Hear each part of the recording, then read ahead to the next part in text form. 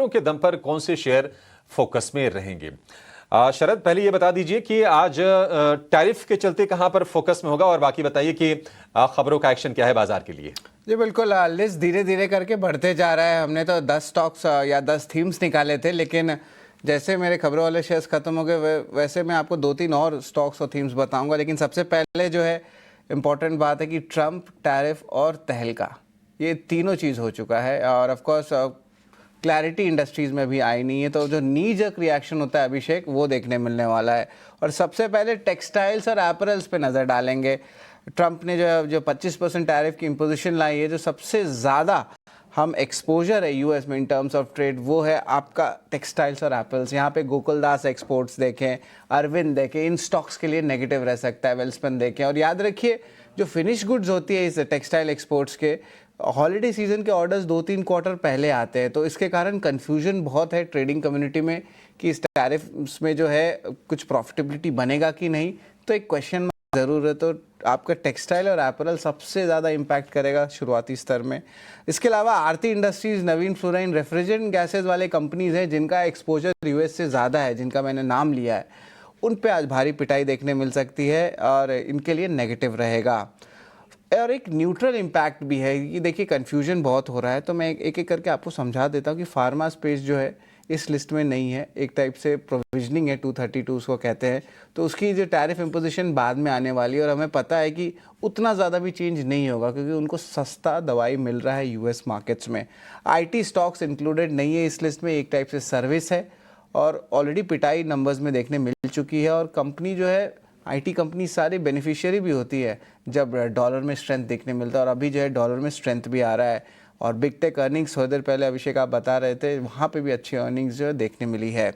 Auto ancillaries, engineering goods, gem and jewellery, इन पे जो है भारी प्रभाव पड़ने वाला है। इनके स्टॉक्स मैं आपको बता देता हूँ, तो अगर आप नोट कर ले, लिस्ट थोड़ा बड़ा हो सकता है।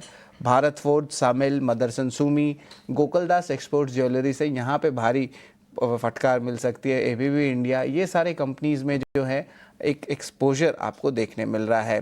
इलेक्ट्रॉनिक एक्सपोर्टर्स की भी बात करें तो डिक्सन टेक, यहाँ पे लगभग $15 बिलियन का जो है आप कह सकते हैं ट्रेड वैल्यू देखने मिलता है, तो यहाँ पे भी जो है थोड़ी सी सेलिंग प्रेशर आ सकती है। हालांकि हमारे गवर्नमेंट भी ये कोशिश कर रही है कि ईसीएमएस की जो पूरी स्कीम है उसको एक्सटेंड भी करे। तो ऑफ कोर्स ग्लोबल एक्सपोजर वाले स्टॉक्स पे जो है थोड़ी सी नेगेटिव न्यूज़ फ्लो ज़रूर रहने वाली है। लेकिन अगर हम बात कर ही रहे हैं अभिषेक, तो एक बार कॉपर पे भी एक बहुत इंटरेस्टिंग पॉइंट आया है, उस पर भी नज़र डालेंगे। हिंदुस्तान कॉपर वेदांता के लिए पॉजिटिव रहेगा। ट्रंप ने जो सबसे ज़्यादा इंपोर्ट होती है कॉपर, उस सेगमेंट को जो है प्लान टैरिफ से नहीं रखा है, तो उसके कारण क्या हुआ, एलएमई प्राइसेस बढ़ गए। और इंडिया जो है एलएमई प्राइसेस फॉलो करता है, कॉमेक्स नहीं करता है, तो इसके कारण जो है हिंद कॉपर और वेदांता, इन स्टॉक्स पे जो है नज़र ज़रूर रखेंगे।